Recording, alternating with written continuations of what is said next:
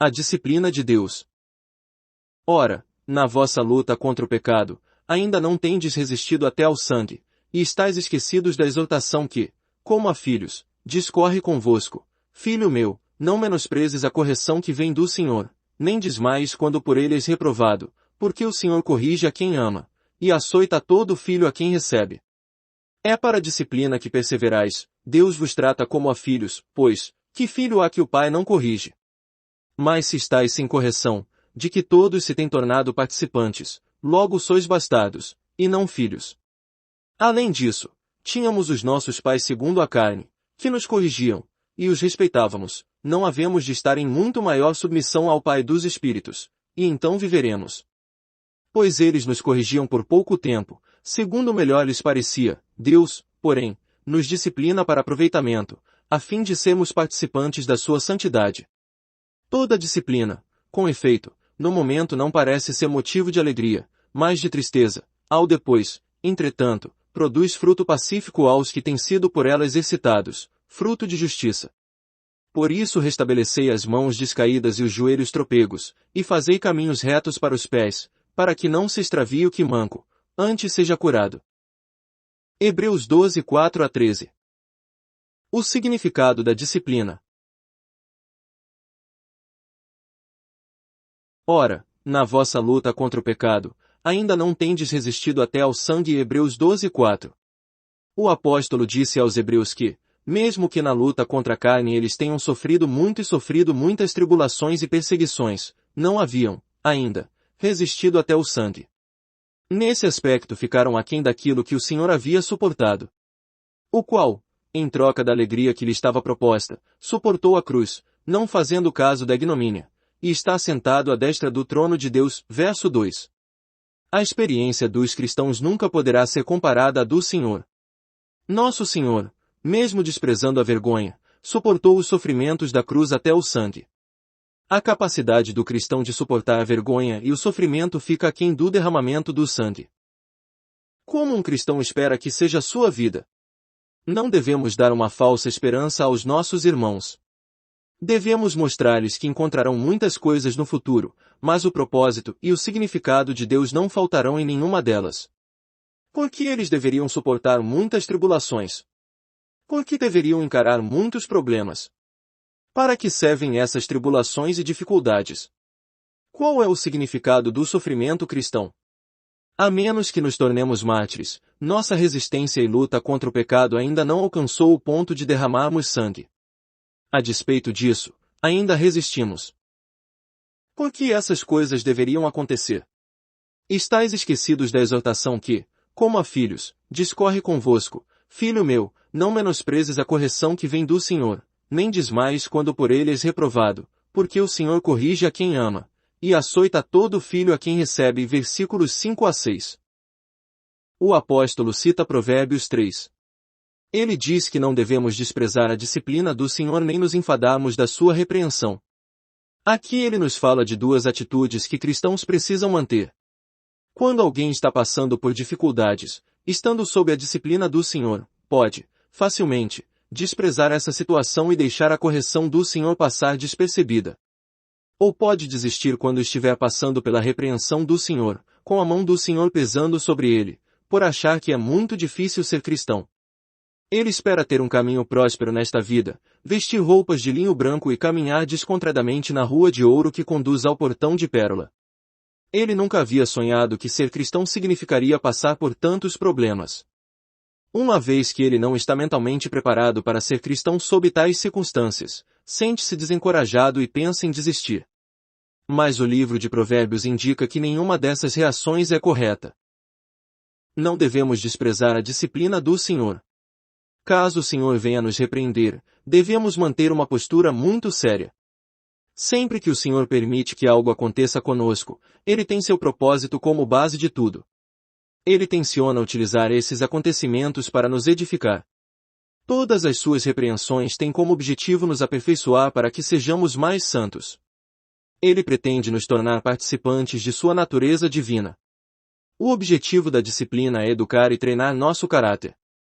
O Senhor nunca nos corrige sem motivo.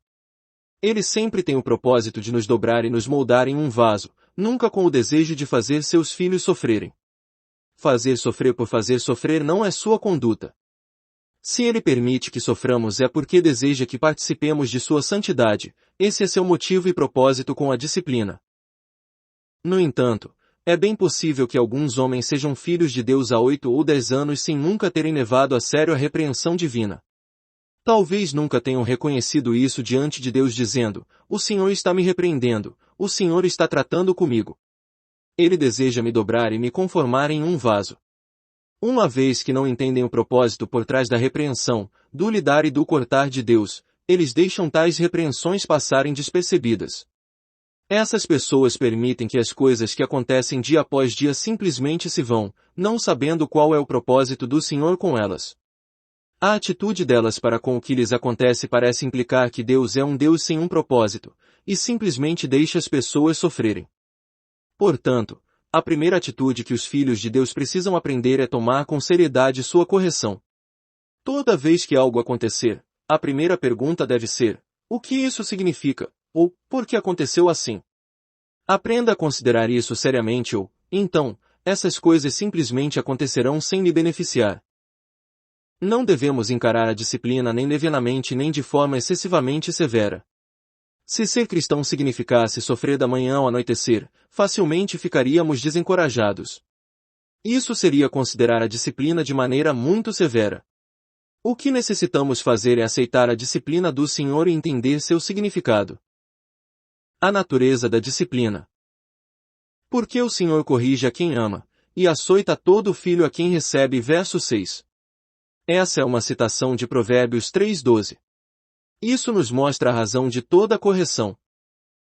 Deus não trata com cada pessoa que há no mundo, mas somente corrige aqueles a quem ama.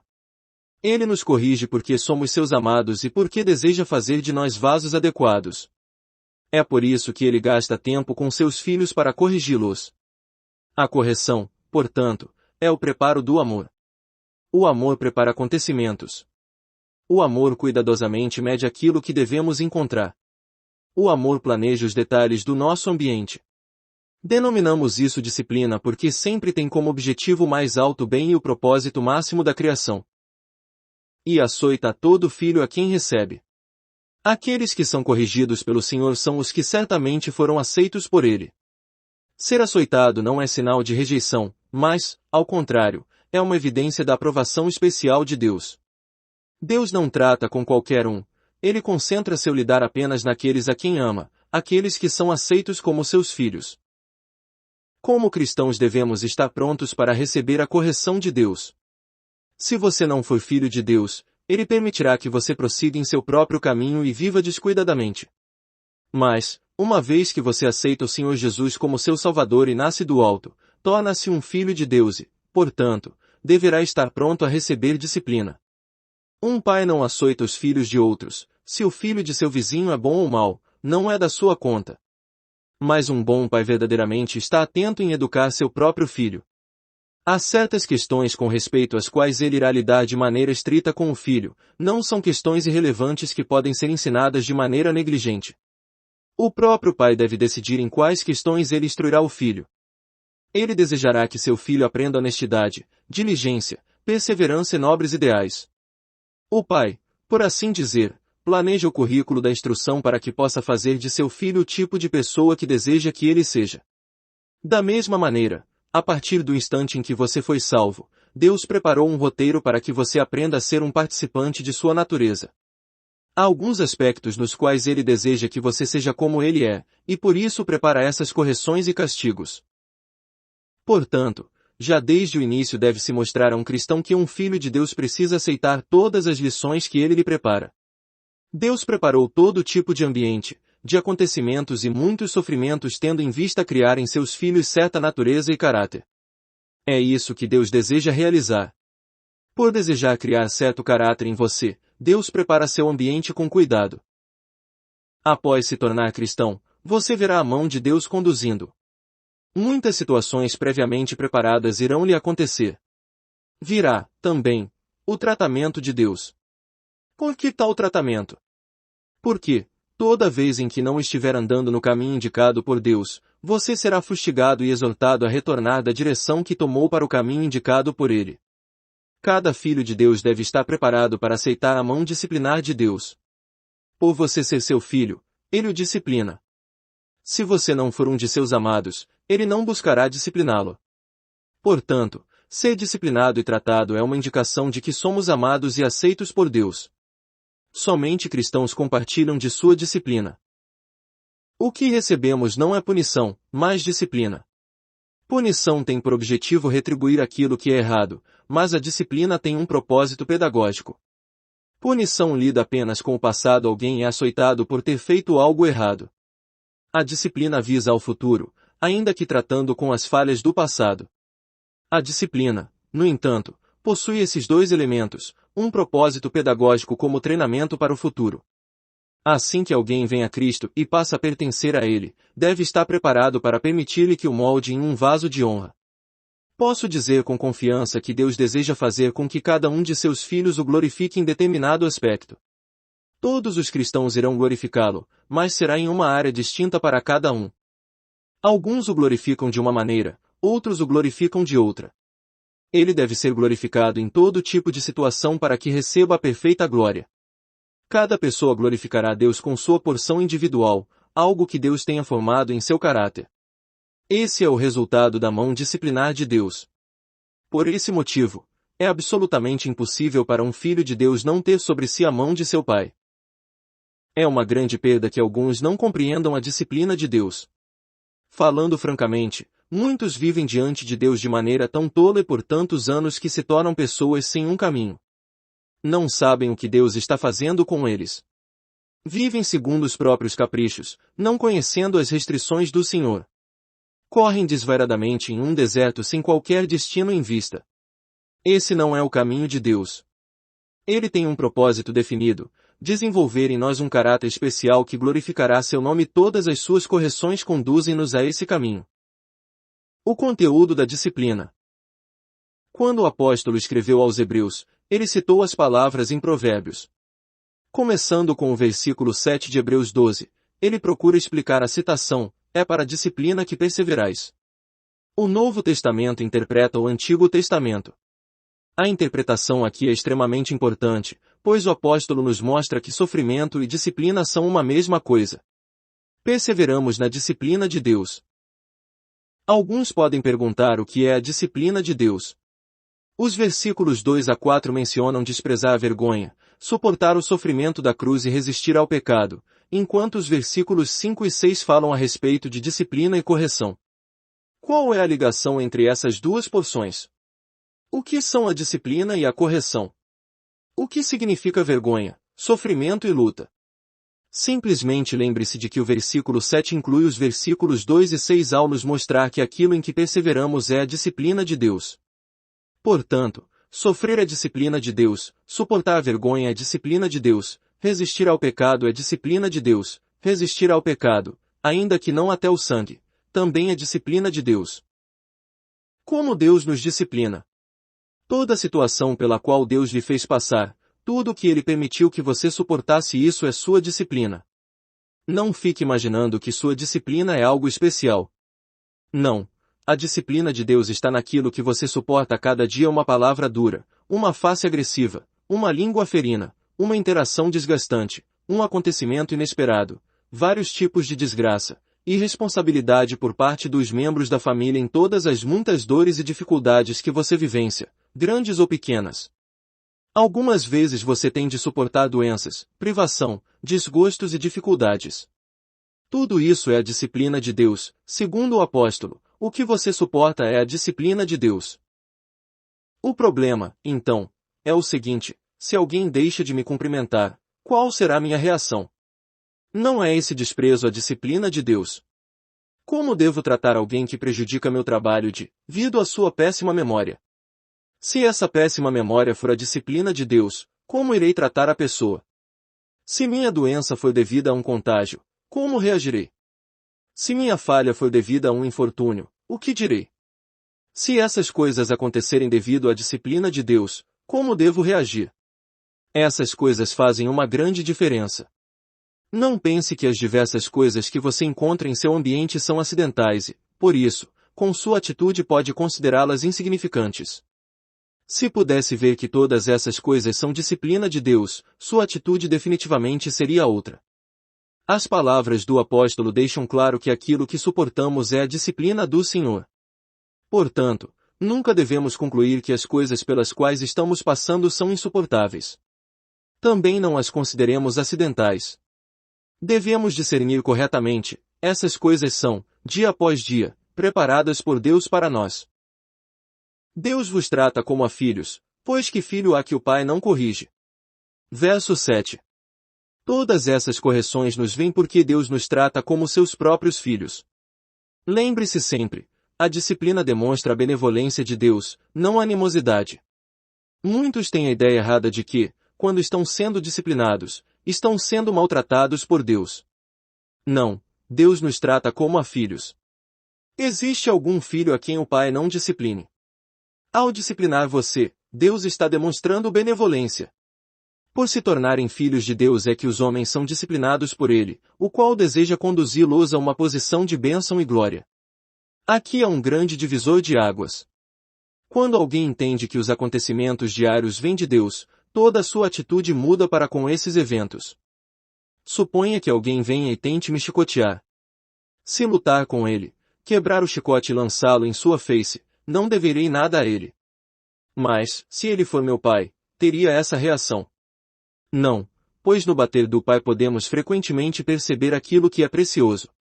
Madame Guion disse certa vez, beijarei o chicote que me açoita, beijarei a mão que me bate.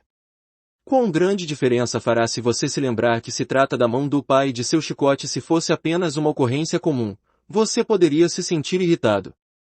Mas não se trata de algo comum, pois são a mão e o chicote de Deus. O objetivo dele é tornar você participante de sua natureza e de seu caráter. Tendo visto isso, você não pode reclamar nem se irritar. Uma vez que reconhece que isso provém do Pai, tudo muda de figura. Ser disciplinado por Deus é uma experiência gloriosa. Mas se estáis sem correção, de que todos se têm tornado participantes, logo sois bastardos, e não filhos. Verso 8. Disciplina é a prova de que somos filhos. Quem são os filhos de Deus? Aqueles que são disciplinados por Ele. Quem não são os filhos de Deus? Aqueles que não são disciplinados. Aquele que não é disciplinado não tem prova de ser filho. A evidência de ser filho está na disciplina. A disciplina é compartilhada por todos os filhos. Você não é uma exceção. Se você não é um bastardo, mas um filho, terá participação na disciplina. A palavra do apóstolo é muito enfática, todos se têm tornado participantes. Como filho de Deus, não espere ter qualquer outro tipo de tratamento. A disciplina é compartilhada por todos os filhos de Deus. Todos os que vivem hoje percorrem o mesmo caminho que aqueles que viveram na época de Pedro e Paulo. Não há qualquer exceção. Como você poderia esperar andar em um percurso que nenhum dos filhos de Deus percorreu, um percurso isento da disciplina divina? Poderia um filho de Deus ser tolo a ponto de sonhar com vida e trabalho prósperos sem a disciplina do Pai? Facilmente você pode perceber que tal pessoa tem de ser bastarda. Disciplina, como vemos, é um sinal de sermos filhos de Deus e, portanto, também é evidência. Falta de disciplina revela aqueles que são bastardos, aqueles que não pertencem à casa de Deus. Certa vez testemunhei uma cena que pode servir como boa ilustração. Vi 5 ou 6 crianças brincando em um quintal. Estavam cobertas de lama. Uma mãe veio e puxou a orelha de 3 daquelas crianças, proibindo-as de continuar a brincar. Uma das crianças exclamou, por que você não puxa a orelha daqueles outros também? Por que não são meus filhos? Respondeu a mãe. Como você pode ver, nenhum pai deseja corrigir os filhos de outras pessoas. Ai de nós se todo cristão receberá a disciplina desde o início de sua vida cristã. Quem pode receber a filiação e rejeitar a disciplina? Ambas seguem juntas. Todos os filhos são disciplinados, e você não é exceção. Nossa atitude em relação à disciplina. Além disso, tínhamos os nossos pais segundo a carne, que nos corrigiam, e os respeitávamos, não havemos de estar em muito maior submissão ao Pai dos Espíritos, e então viveremos. Versículo 9. O apóstolo nos mostra que, se reverenciamos nossos pais carnais quando nos disciplinam reconhecendo que tal disciplina é justa e, portanto, aceitando-a, quanto mais devemos estar em submissão ao Pai espiritual e vivermos. Na qualidade de filhos encontramos disciplina, e na disciplina, encontramos submissão. Por sermos filhos, seremos disciplinados e, uma vez que somos disciplinados, seremos submissos. Lembre-se de que tudo o que Deus prepara em nosso ambiente tem como propósito a instrução e o nos conduzir em um caminho reto. Devemos obedecer a Deus. Devemos obedecer a essas duas coisas que Ele dá, primeiro, a seu comando e, segundo, a sua correção. Por um lado, obedecemos à palavra de Deus, obedecemos a seus mandamentos e obedecemos aos preceitos que nos são dados na Bíblia. Por outro lado, sujeitamo-nos a todos os arranjos de Deus em nosso ambiente. Estamos sujeitos a toda a disciplina de Deus. Uma vez que Ele já ordenou que tais coisas lhe acontecessem, você tem de se beneficiar disso e aprender a lição. Deus deseja que você se beneficie e caminhe em uma vereda reta. Devemos, portanto, aprender a obedecer não apenas aos mandamentos do Senhor, mas também à sua disciplina. Ainda que nos custe algo obedecer à disciplina do Senhor, isso nos habilita a andar diretamente diante dele. Obediência, no entanto, não é uma palavra vazia. Inúmeros irmãos me perguntaram, em que você deseja que eu obedeça? Isso é fácil de ser respondido. Você acha que não há nada a ser obedecido?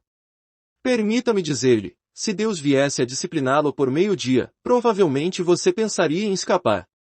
É bastante estranho que alguns irmãos não encontram nada para obedecer. Aquilo a que ele deseja que você obedeça é sua mão disciplinar sobre você. Por que não falamos da mão condutora de Deus e sim de sua mão disciplinadora? Por que não dizemos que Deus nos conduz e sim que Deus nos disciplina? A razão é que Deus nos conhece muito bem. Ele sabe que, sem a disciplina, muitos nunca realmente aprenderão a obediência. Você precisa saber que tipo de pessoa é diante de Deus. Nossa inclinação natural é voltada à rebelião e à obstinação. Somos como crianças travessas, não ouviremos enquanto não virmos a vara na mão do Pai. Verdadeiramente, somos todos semelhantes nesse aspecto. A disciplina é absolutamente necessária para nós. Conhecemo-nos, portanto, a nós mesmos. Não somos tão simples como supomos ser. Mesmo após apanhar, ainda podemos ser desobedientes.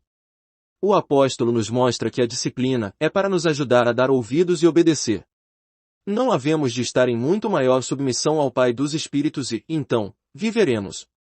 Sujeição é indispensável. Aprenda a obedecer a Deus dizendo, ó Deus, estou desejoso de estar em sujeição à tua disciplina, pois tudo o que fazes é justo. O propósito da disciplina. Pois eles nos corrigiam por pouco tempo, segundo melhor lhes parecia. Verso 10. Quando os pais disciplinam os filhos, eles revelam muita deficiência, pois punem segundo seus próprios pensamentos. Consequentemente, o proveito de tal disciplina é pequeno. Deus, porém, nos disciplina para aproveitamento, a fim de sermos participantes da sua santidade. Verso 10b. A disciplina de Deus nunca advém de irritação nem é para punição. Toda disciplina divina é educativa e é dada para nosso proveito. O castigo não é dado apenas com finalidade de causar dor, mas a dor deve produzir algum valor positivo. A dor tem sua finalidade, não se trata de uma punição por alguma falta. Se alguém pensa em termos de punição, isso mostra que sua mente ainda está sob a escravidão da lei. Qual é o lucro da disciplina de Deus? É que sejamos participantes de sua santidade. Isso, na verdade, é muito glorioso. Santidade é a natureza de Deus. Podemos dizer que santidade é o caráter de Deus. Por esse motivo, Deus usa de todas as maneiras para corrigir seus filhos. Desde o início de nossa vida cristã, Deus nos corrige com persistência. Ele tem um propósito em mente, que é nos fazer participantes de seu caráter santo. O significado de santidade na Bíblia tem vários matizes. Por exemplo, a Bíblia nos ensina que Cristo é nossa santidade e que somos santificados nele. Isso nos dá um quadro diferente daquele que temos aqui no livro de Hebreus. A santidade aqui não é algo dado, mas algo moldado. O significado, que temos enfatizado nesses muitos anos, se encaixa bem com o sentido de incorporado. Santidade é aquilo que Deus gradualmente opera dentro de nós, o que lentamente é incorporado em nós. Por meio de sua disciplina, por suas correções, diariamente Ele incorpora sua santidade em nós. O alvo de todas essas correções é nos tornar participantes de sua santidade. Após cada correção, aprendo e participo um pouco mais de sua santidade. Sob sua disciplina, sou levado a ver o que é santidade. À medida em que estou sob sua constante disciplina, meu caráter é gradualmente edificado em santidade, ou seja, meu caráter é transformado. Permita-me dizer-lhe, não há nada maior do que a obra de Deus. Desejo que todos saibam que é por meio da disciplina que o caráter de Deus é formado em nós. Cada golpe da disciplina tem seu valor. Podemos colher frutos de cada instância da disciplina. Suplico a Deus que seja misericordioso para comigo de modo que, toda vez que sou corrigido, mais santidade seja produzida em mim. Que cada correção faça com que eu aprenda mais da santidade e incorpore em mim mais dela. Que a santidade sempre aumente. Após alguém receber o Senhor e se tornar um filho de Deus, dia após dia irá passar por muitas correções e disciplina, cuidadosamente planejadas por Deus. Essas são lições preciosas, por meio das quais a santidade divina será incorporada aos poucos nele. É necessária muita disciplina para produzir um caráter santo. Não vemos por muitas décadas nesta terra e se desperdiçarmos as oportunidades de disciplina de Deus e deixarmos que elas ocorram sem proveito, que perda eterna será. Deus não nos deu apenas sua santidade, mas Ele também a incorpora em nós por meio da disciplina. Aos poucos Ele opera sua santidade em nós. Realmente são necessários muitos anos de correção para produzir seu santo caráter em pessoas carnais como nos. Quantos golpes, quantos arranjos e orientações, quantas restrições e coerções são necessários para que gradualmente a santidade seja operada em nós. Que coisa grandiosa! Santidade não nos é simplesmente entregue como uma dádiva, mas é produzida em nós. Deus está produzindo sua santidade em nós. Esta é uma das principais características da salvação no Novo Testamento.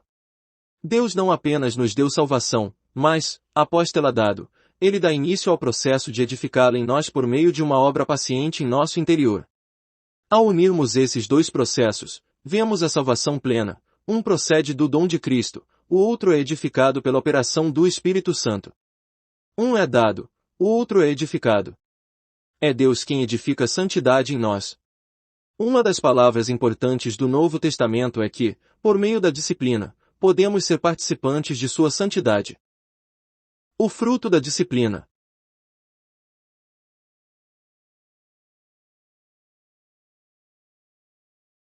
Toda disciplina, com efeito, no momento não parece ser motivo de alegria, mas de tristeza. Ao depois, entretanto, produz fruto pacífico aos que têm sido por ela exercitados, fruto de justiça. Versículo 11. O apóstolo chama nossa atenção para o depois, bem como para o momento. É fato que, no momento, toda disciplina não é motivo de alegria, mas de tristeza. Quando você está passando pela disciplina de Deus, não há nada de errado em se sentir triste. Você deve se sentir contristado. A Bíblia não diz que a cruz é prazerosa, mas, ao contrário, afirma que é dolorosa. Quando se está sob disciplina, sente-se angustiado. É natural sentir-se assim. No entanto, esse é o momento de aprendermos obediência para tornar-nos participantes da santidade de Deus. Durante os períodos de disciplina, não conseguimos ter outro sentimento que não seja tristeza, da mesma forma que o Senhor se sentiu quando passou por provações. Mas ao mesmo tempo devemos considerar que é motivo de gozo, como também o Senhor considerou. Não é Pedro quem diz, nisso exultais, embora, no presente, por breve tempo, se necessário, sejais contristados por várias provações. 1 Pedro 1,6. Está tudo bem nos sentirmos contristados, mas também devemos considerar aquilo como motivo de gozo. Sentir é uma coisa, mas considerar é outra. Podemos não ter gozo, mas podemos considerar como sendo motivo de gozo. Um filho de Deus não deve olhar apenas para o presente, mas sim considerar o que está por vir. Observe as palavras. Toda disciplina, com efeito, no momento não parece ser motivo de alegria, mas de tristeza. Ao depois, entretanto, produz fruto pacífico aos que têm sido por ela exercitados, fruto de justiça. Não se ocupe tanto com o quanto você está sofrendo agora, mas, ao contrário, anele pelo fruto pacífico da justiça. Despreocupado esteve Moabe desde a sua mocidade e tem repousado nas fezes do seu vinho, não foi mudado de vasilha para vasilha, nem foi para o cativeiro, por isso, conservou o seu sabor, e o seu aroma não se alterou. Jeremias 48:11. É exatamente esse o problema de muitos que não passaram por provações nem foram disciplinados por Deus. Moabe esteve despreocupado desde a mocidade. Ele nunca experimentou qualquer provação ou dor. Tal viver fez de Moabe como o vinho que decantou seus sedimentos. O vinho está no topo, mas os sedimentos no fundo. Para que se possa filtrar o vinho completamente, é necessário mudá-lo de vasilha em vasilha, caso contrário, mais tarde, os sedimentos que se acumularam no fundo da vasilha irão afetar o gosto do vinho. Para se fazer vinho, inicialmente fermentam-se as uvas ou qualquer outra matéria-prima que será utilizada. Após a fermentação, derrama-se o vinho de um recipiente para outro. Essa etapa demanda muito cuidado para impedir que sedimentos também sejam transferidos. Deve-se, então, transferir o vinho repetidas vezes entre recipientes até que não haja mais sedimentos no fundo deles. Mas Moabe, disse Deus, tem estado despreocupado desde a mocidade. Tem repousado em seus sedimentos, não foi derramado de uma vasilha para outra. Portanto, seus sedimentos o acompanham. Moabe está cheio de sedimentos. Ainda que a parte superior esteja pura, a parte do fundo nunca foi esvaziada. Aqueles que nunca passaram por provações e disciplina são como o vinho que nunca foi derramado de vasilha para vasilha. Quando uma condição como essa acontecer, pode ser que Deus tenha de arrancar a pessoa pela raiz. Algumas vezes isso acontece por meio da consagração. Outras vezes acontece por meio de sofrimentos, tribulações e doenças. Esse é o significado de ser esvaziado de um vaso para outro. A mão de Deus está sobre você e Ele desce, já que você seja completamente quebrantado, como consequência, seus sedimentos serão filtrados. Moabe nunca foi esvaziado, portanto os sedimentos ainda estão nele. Portanto, levar uma vida sossegada realmente não é uma boa coisa. Deus nos disciplina porque deseja purificar-nos. Não busque sossego e conforto. O sossego de Moabe o condenou a ser para sempre Moabe. Por isso, conservou o seu sabor, e o seu aroma não se alterou. Uma vez que ele nunca foi passado de uma vasilha para outra, corrigido por Deus, seu sabor permaneceu o mesmo e sem aroma não mudou. Por esse motivo é que Deus opera. Ele opera para remover seu sabor e aroma originais. Ele não deseja seu sabor nem seu aroma. Vez por outra tenho mencionado que muitos cristãos ainda são pessoas cruas, pois sua condição inicial não foi mudada. Antes de crer no Senhor, você tinha certo sabor, mas hoje, 10 anos passados desde o dia em que creu, aquele sabor permanece o mesmo. Seu odor não mudou desde que se tornou um cristão. Isso significa que Deus não tem podido moldar, conformar e incorporar a si mesmo em você. A disciplina de Deus é verdadeiramente muito preciosa. Ele nos desarraigará e nos mudará de vasilha em vasilha. Ele nos fará passar por muitas correções e muitas interações para nos livrar de nosso gosto original e fazer com que produzamos fruto pacífico, o fruto da justiça. Gosto das palavras fruto de justiça, pois é somente quando alguém tem paz diante de Deus que é capaz de produzir fruto. Deveríamos temer reclamar, ficar irritados e nos insubordinar contra a disciplina. É permitido sentir-se contristado, mas não murmurar e desobedecer. Percebo que aqueles que reclamam são os que não têm paz. Portanto, ao sermos corrigidos, é necessário produzir o fruto pacífico. Como pode alguém produzir o fruto pacífico? Primeiramente, aprendendo a aceitar a disciplina de Deus e a não questionar ou discutir com Ele. O fruto pacífico é o fruto da justiça. Quando a paz está em você, a justiça jorrará. Isso é verdadeiramente marcante. Quando alguém não tem paz diante de Deus e começa a falar, instantaneamente perde a justiça, pois no muito falar há conflito. A paz é silenciosa. Portanto, aprenda a se submeter à disciplina, pois ela produzirá o fruto pacífico. Diga ao Senhor que a correção dele não pode ser incorreta, que aquilo que acontece é exatamente o que você necessita. Diga a ele que será submisso. Isso se tornará, então, seu fruto pacífico, o qual produzirá o fruto da justiça. Paz é justiça. Se seu fruto interior é paz, sua manifestação exterior será a justiça. Não sejamos como Moabe, que andou despreocupado desde a mocidade e repousou em seus sedimentos. Não foi derramado de uma vasilha para outra nem esteve em cativeiro. Portanto, seu sabor permanece o mesmo e seu aroma não se alterou. Alguns cristãos são como Moabe. Mesmo sendo cristãos há 10, 20 ou mais anos, ainda estão por aceitar verdadeiramente um dos tratamentos de Deus. Por nunca terem obedecido a qualquer dos tratamentos de Deus em todos esses anos, seu gosto permanece o mesmo de antes. Se esse for nosso caso, nunca produziremos o fruto pacífico diante de Deus. Consequentemente, não teremos o caráter que Deus deseja formar em nós. Uma palavra final. Por isso, restabelecei as mãos descaídas e os joelhos trôpegos, versículo 12. Sob disciplina há a tendência de que as mãos fiquem descaídas e os joelhos trôpegos.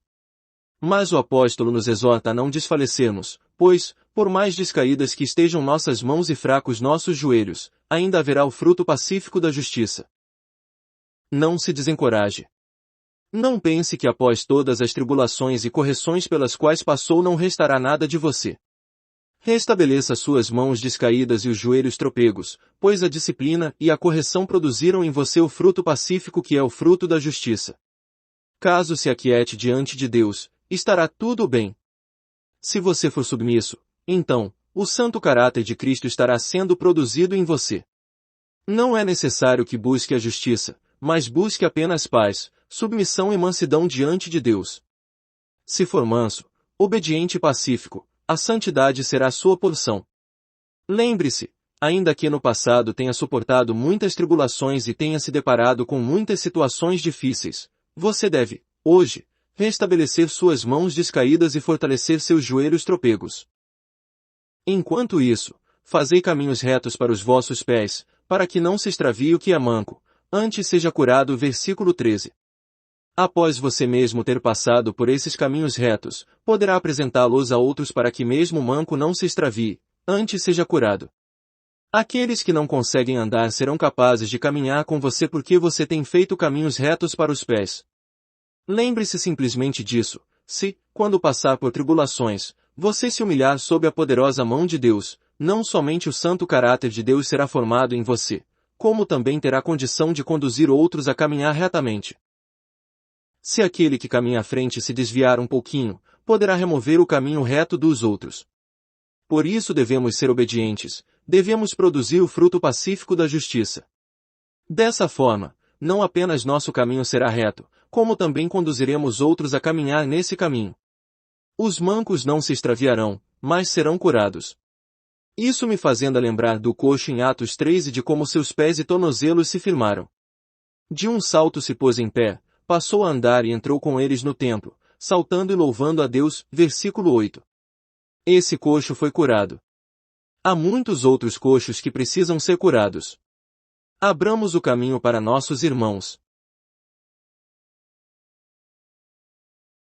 Extraído do livro Amai-vos uns aos outros. Vatmanei.